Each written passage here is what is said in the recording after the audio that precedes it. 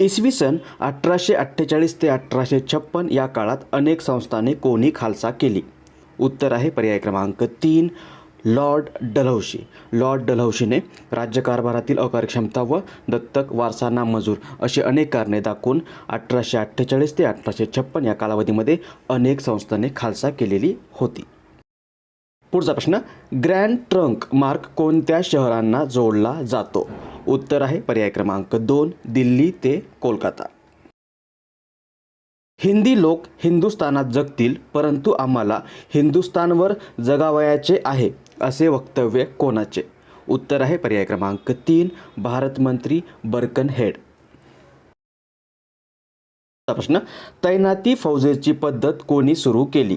उत्तर आहे पर्याय क्रमांक 3 लॉर्ड वेलस्ली. लॉर्ड वेलस्ली हा 1798 ते 1805 या कालावधीमध्ये कार्यरत होता आणि यानेच ही तैनाती फौज पद्धत सुरू केलेली आहे. सर्वप्रथम त्याने 1798 मध्ये निजामावर तैनाती फौजेचा अवलंब केला होता.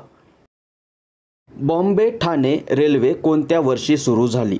उत्तर आहे पर्याय क्रमांक 2 1853. बॉम्बे ठाणे रेल्वे ही 1853 या वर्षी लॉर्ड डलहौसीच्या कारकिर्दीमध्ये सुरू झाली होती. पुढचा प्रश्न, लॉर्ड डलहौसीने लष्कराच्या विकेंद्रीकरणासाठी कोणत्या सुधारणा केल्या?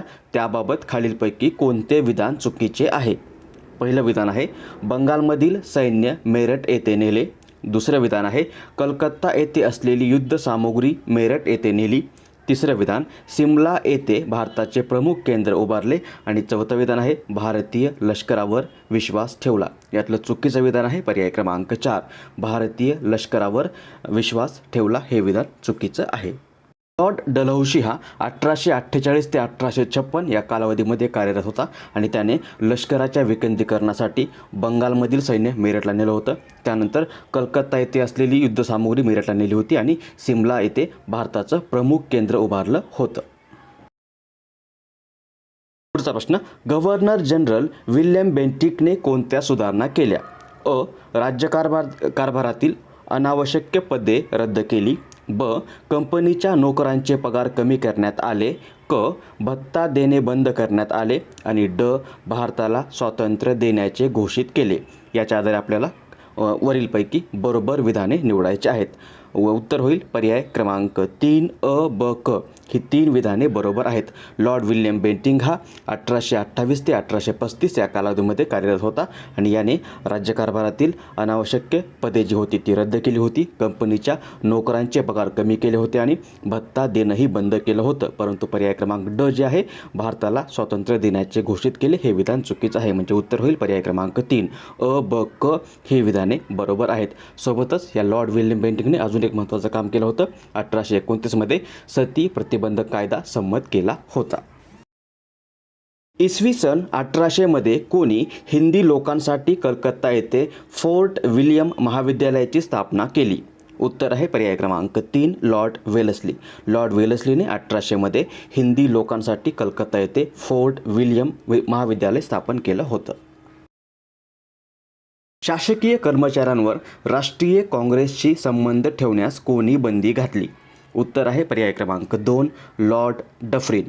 लॉर्ड डफरीन हा भारताचा व्हाईसरॉय होता 1884 ते 1888 या कालावधीमध्ये आणि राष्ट्रीय काँग्रेसची स्थापना 1885 या वर्षी झालेली आहे. आणि याच लॉर्ड डफरीनने शासकीय कर्मचाऱ्यांवर राष्ट्रीय काँग्रेसशी संबंध ठेवण्यास बंदी घातली होती.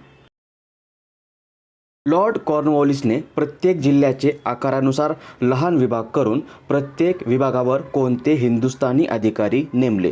उत्तर आहे पर्याय क्रमांक 2 दरोगा. पुढचा प्रश्न, वृत्तपत्रांच्या स्वातंत्र्यावर गदा आणणारा भारतीय भाषा वृत्तपत्र कायदा 1878 कोणी मंजूर केला? उत्तर आहे पर्याय क्रमांक 2 लॉर्ड लिटन. लॉर्ड लिटनने मार्च 1878 मध्ये हा भारतीय भाषा वृत्तपत्र कायदा मंजूर केला होता. नेक्स्ट, तैनाती फौजेसंबंधी खालील दिलेल्या विधानांपैकी कोणते विधान चुकीचे आहे? तैनाती फौजेसंबंधित खाली 4 विधान दिलेत, त्यातलं आपल्याला चुकीचं विधान निवडायचं आहे. पहिलं विधान आहे हिंदी राजांना इंग्लिश ईस्ट इंडिया कंपनीच्या आधिपत्याखाली आणण्याचा प्रयत्न केला. दुसरं विधान, कंपनीच्या प्रदेशात वाढ करण्यासाठी केलेल्या प्रयत्नात मदत झाली. तिसरं विधान, तैनाती फौजेमुळे दुसरे इंग्रज मराठा युद्ध झाले. आणि चौथं विधान आहे, लॉर्ड रिपनने तैनाती फौजेची योजना सुरू केली. यातलं चुकीचं उत्तर आहे पर्याय क्रमांक 4, लॉर्ड रिपनने तैनाती फौजेची योजना सुरू केली. हे विधान चुकीचं आहे. तर तैनाती फौजेची योजना जी आहे ते लॉर्ड वेल्लेस्लीने सुरू केली होती. लॉर्ड डलहौसीने संस्थाने खालसा करताना दत्तक वारसा नामंजूर हे धोरण स्वीकारले होते. हे धोरण पूर्वी खाली दिलेल्या गव्हर्नर जनरलपैकी कोणत्या गव्हर्नर जनरलने स्वीकारले होते? उत्तर आहे पर्याय क्रमांक 1, लॉर्ड ऑकलंड. लॉर्ड ऑकलंड हा भारताचा 1836 ते 1842 या कालावधीमध्ये गव्हर्नर जनरल होता आणि लॉर्ड डलहौसीच्या पूर्वी याने दत्तक वारसा नामंजूर हे धोरण स्वीकारलेलं होतं. पुढचा प्रश्न, भारतात रेल्वेचे जाळे उभारण्याकरता लॉर्ड डलहौसीने नियोजन केले कारण? खाली 3 कारणं दिलीत. त्या कारणांच्या आधारे आपल्याला खाली दिलेल्या 4 पर्यायापैकी बरोबर पर्याय निवडायचा आहे. अ कारण आहे, भारताच्या अंतर्गत भागातून निर्यातीसाठी कच्चा माल मिळविण्यात सहजता यावी. ब कारण, ब्रिटिश भांडवली गुंतवणुकीवर नफा कमवण्याकरता मार्ग उपलब्ध करून देण्यासाठी. आणि क, भारतात सहज व स्वस्त वाहतूक उपलब्ध व्हावी याकरिता. ऑप्शन आहेत फक्त अ आणि ब आणि क, अ ब क. यातलं बरोबर उत्तर आहे पर्याय क्रमांक 2, अ आणि ब फक्त. म्हणजे भारतामध्ये रेल्वे जाळे उभारण्याकरता लॉर्ड डलहौसीने नियोजन केलं होतं कारण भारतामध्ये अंतर्गत भागातून निर्यातीसाठी कच्चा माल मिळवण्यास सहजता यावी आणि ब्रिटिश भांडवली गुंतवणुकीवर नफा कमवण्याकरता मार्ग उपलब्ध करून द्यावा. प्रश्न, अयोग्य जोडी ओळखा. खाली 4 जोड्या दिल्यात, त्यातली आपल्याला अयोग्य जोडी ओळखायची आहे. पहिली आहे इल्बर्ट बिल लॉर्ड रिपन. हे बरोबर आहे. इल्बर्ट बिल जे आहे ते 2 फेब्रुवारी 1883 लॉर्ड रिपनने मंजूर केलं होतं आणि या इल्बर्ट बिलानुसार भारतीय न्यायाधीशांना युरोपियन आरोपींचे खटले चालवण्याचा अधिकार मिळाला होता. दुसरी जोडी आहे खालसाकरणाचे तत्त्व लॉर्ड डलहौसी. हेही बरोबर आहे. लॉर्ड डलहौसीनेच संस्थाने खालसाचं धोरण अवलंबलं होतं. तिसरी जोडी आहे बंगालची फाळणी लॉर्ड कर्झन.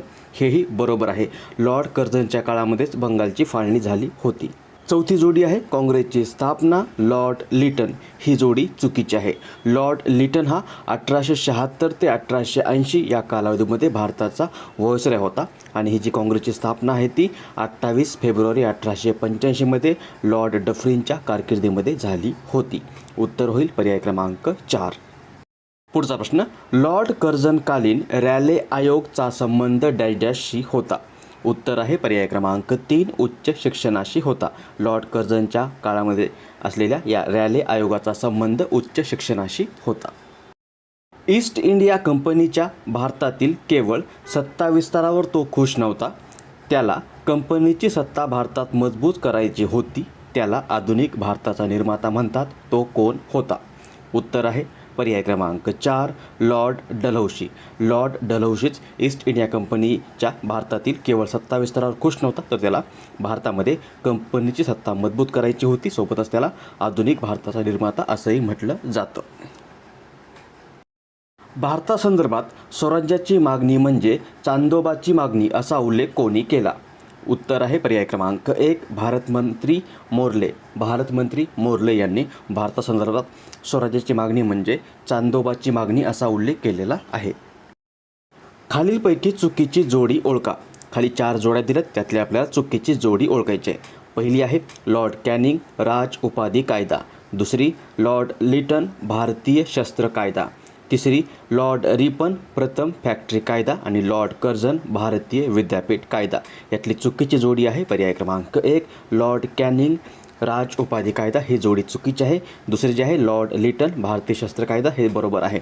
लॉर्ड लिटनने 1878 शस्त्रबंदीचा कायदा केला होता आणि या कायद्यानुसार विनापरवाने शस्त्रे बाळगण्यास भारतीयांवर बंदी घालण्यात आली होती.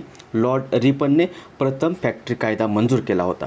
लॉर्ड रिपन हा 1880 ते 1884 या कालावधीमध्ये भारताचा व्हाईसरॉय होता आणि त्यानेच 1881 पहिला फॅक्टरी कायदा मंजूर केला होता. या कायद्यानुसार 7 वर्षापेक्षा कमी वयाच्या मुलांना कामावर ठेवण्यास बंदी घालण्यात आली होती आणि लॉर्ड कर्झनने भारतीय विद्यापीठाचा कायदा मंजूर केला होता. हा कायदा 1904 या वर्षी मंजूर झाला होता. या कायद्यानुसार उच्च शिक्षण पद्धतीवर निर्बंध लादण्यात आले होते. उत्तर होईल पर्याय क्रमांक 1.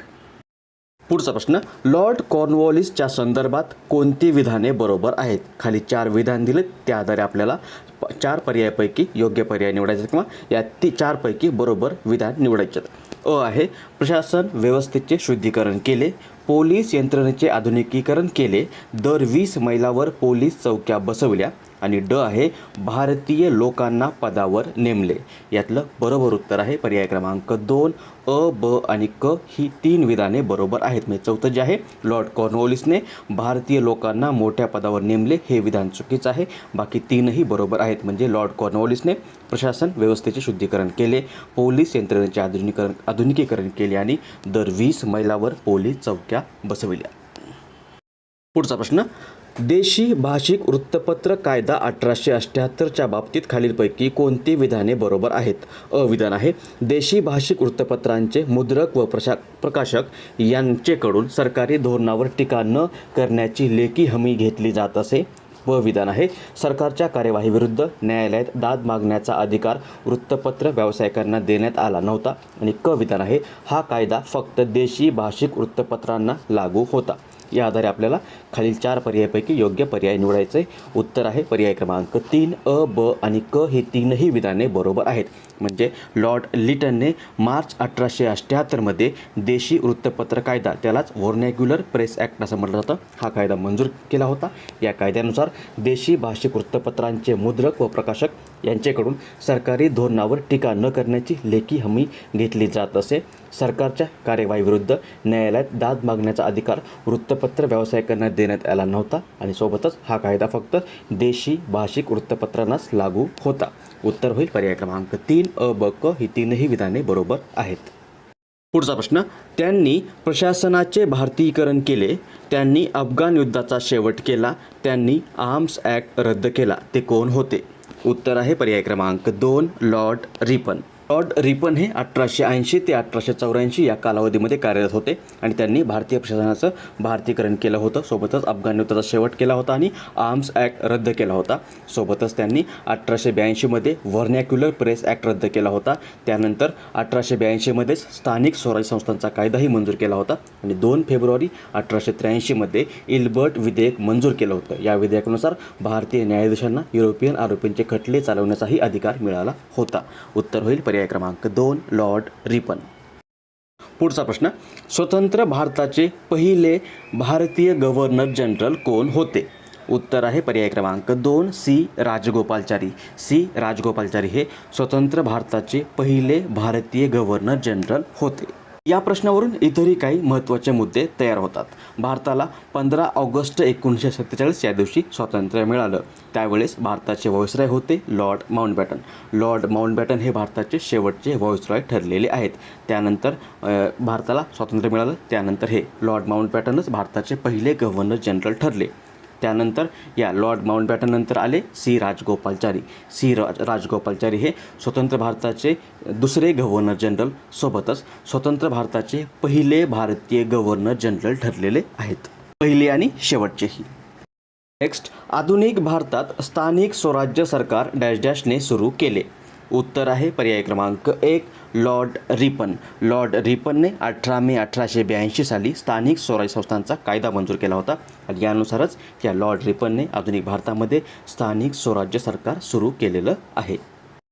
कोणत्या गव्हर्नर जनरलने इनाम कमिशन 1828ला नेमले? उत्तर आहे पर्याय क्रमांक 1. Lord William Bentinck. नेक्स्ट, वायव्येकडील प्रांतासाठी अलाहाबाद येथे महसूल मंडळाची नियुक्ती कोणी केली? उत्तर आहे पर्याय क्रमांक 3. Lord William Bentinck.